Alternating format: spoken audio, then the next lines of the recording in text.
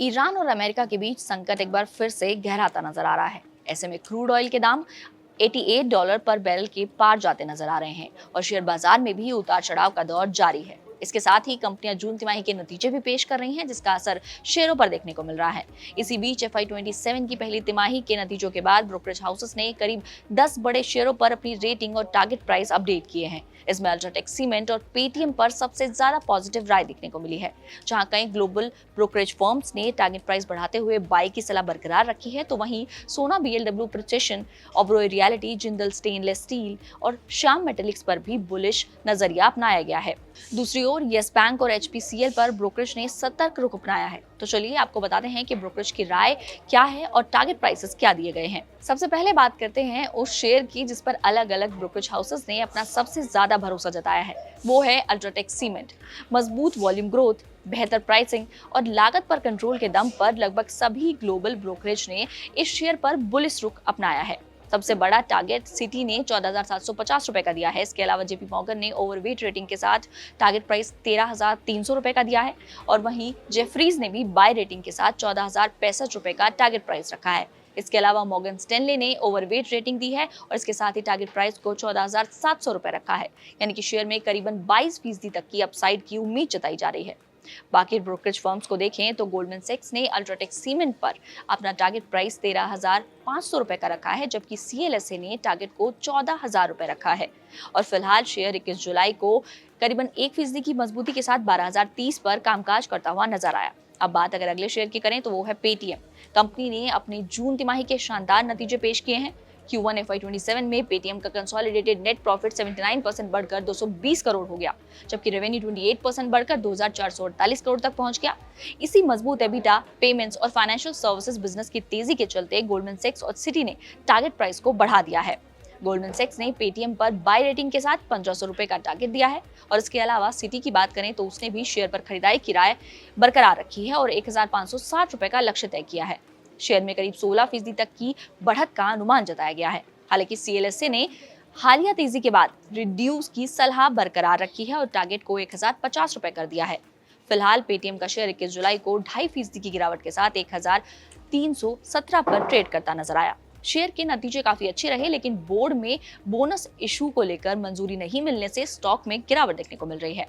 बात अगर अगले स्टॉक की करें तो वो है देश की दिग्गज कंपनी रिलायंस इंडस्ट्रीज का शेयर। कंपनी की पहली तिमाही के नतीजे अच्छे रहे। जून तिमाही में कंपनी का कंसोलिडेटेड ग्रॉस रेवेन्यू सालाना आधार पर 25% बढ़कर 3.12 लाख करोड़ हो गया, जबकि नेट प्रॉफिट 20,946 करोड़ रुपए रहा। इसमें सालाना आधार पर 22% की गिरावट जरूर देखने को मिली है। ये गिरावट इसलिए आई क्योंकि कंपनी पिछले साल की इसी अवधि में लिस्टेड इन्वेस्टमेंट की बिक्री से वन टाइम गेन हुआ था कंपनी को। हालांकि तिमाही दर तिमाही आधार पर 23% की इसमें बढ़ोतरी देखी गई है। रिलायंस के शेयर पर अब भी ब्रोकरेज बुलिश नजर आ रही है।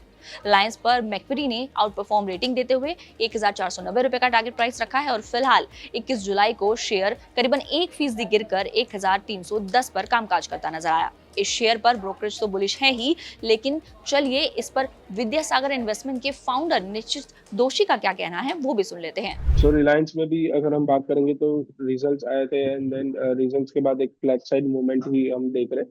कल के दिन में थोड़ी अपसाइड थी, बट वो वापस सस्टेन नहीं हुई। तो ऑल इन ऑल रिलायंस भी एक रेंज बाउंड ट्रेडिंग में ही ट्रेड कर रहा है, जहाँ पे डाउन साइड में 1,280 एक मेजर सपोर्ट है एंड अपसाइड एक 1,350 एक रेजिस्टेंस की तरह है। सो डेफिनेटली एक रेंज बाउंड ट्रेडिंग में ही फिलहाल रिलायंस ट्रेड कर रहा है। सो रिलायंस भी लॉन्ग टर्म के पॉइंट ऑफ व्यू से होल्ड रखने की ही सलाह है। हालांकि रिलायंस का शेयर काफी लंबे समय से इसी जोन में फंसा हुआ नजर आ रहा है। अब देखना होगा कि कब इस शेयर के आगे के लेवल्स देखने को मिलते हैं। इसके बाद अगर बात करें सोना, BLW प्रिसिशन की, तो इस पर भी ब्रोकरेज का भरोसा कायम नजर आया है। शेयर पर UBS ने बाय रेटिंग देते हुए 830 रुपए का टारगेट प्राइस रखा है। फिलहाल सोना, BLW प्रिसिशन का शेयर 21 जुलाई को करीबन 2.5% की तेजी के साथ 731 के आसपास कामकाज करता हुआ नजर आया। अब आते हैं अगले शेयर पर, वो है ओबरॉय रियलिटी का शेयर। इस पर 3 में से 2 ब्रोकरेज ने खरीदारी की सलाह दी है। HSBC ने बाय रेटिंग के साथ 2,310 का टारगेट प्राइस रखा है। नोमुरा ने बाय रेटिंग के साथ 2,090 का लक्ष्य दिया है, जबकि जेफरीज ने होल्ड के साथ 1,970 रुपए का टारगेट प्राइस रखा है। बता दें कि गुरुग्राम प्रोजेक्ट लॉन्च और मजबूत प्री सेल्स आउटलुक के चलते HSBC और नोमुरा दोनों उस पर पॉजिटिव हैं और स्टॉक में 23% तक की अपसाइड की संभावना जता रही है। फिलहाल ओबेरॉय रियल्टी का शेयर करीबन आधी फीसदी की गिरावट के साथ 1878 पर ट्रेड करता नजर आया। अगले शेयर को देखें तो वो है जिंदल स्टेनलेस स्टील।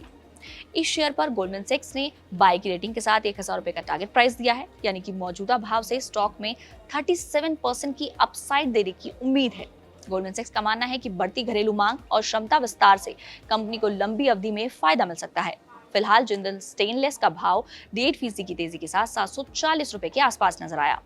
बात अगर अगले शेयर की करें तो वो है हिंदुस्तान पेट्रोलियम कॉर्पोरेशन लिमिटेड यानी कि HPCL। इस पर HSBC ने होल्ड की सलाह दी है और 410 रुपए का टारगेट दिया है। फिलहाल HPCL करीबन आधे फीसदी से कम की तेजी के साथ 406 पर ट्रेड करता नजर आया। अब आते हैं अगले स्टॉक पर, वो है भारती हेक्साकॉम। इस पर HSBC ने बाय रेटिंग के साथ 2050 रुपए का लक्ष्य दिया है और फिलहाल ये शेयर करीब 2.5% की तेजी के साथ 1655 पर कामकाज करता नजर आया। अब बाकी दो शेयरों की बात करें तो वो हैं येस बैंक और श्याम मेटालिक्स। इनमें से येस बैंक पर नोमुरा ने सतर्क रहने की सलाह दी है और न्यूट्रल रेटिंग के साथ 23 रुपए का टारगेट दिया है, जबकि श्याम मेटालिक्स पर गोल्डमैन सैक्स और UBS ने बाय की सलाह दी है।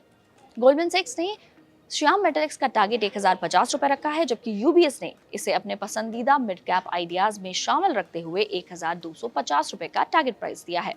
और फिलहाल ये शेयर करीबन आधे फीसदी से ज्यादा की मामूली तेजी के साथ 1050 के आसपास ट्रेड करता हुआ नजर आ रहा है। तो ये थे वो 10 शेयर जिन पर ब्रोकरेज ने नतीजों के बाद अपनी राय दी है। इस ब्रोकरेज रिपोर्ट से संकेत मिलता है कि cement, real estate, digital financial services और मेटल सेक्टर में चुनिंदा कंपनियों को लेकर ब्रोकरेज अपना पॉजिटिव रुख अपना रही है। इनमें से आप किस शेयर को चुन रहे हैं ये हमें कमेंट करके जरूर बताएं, लेकिन किसी भी शेयर को चुनने से पहले अपने फाइनेंशियल एडवाइजर की सलाह जरूर लें।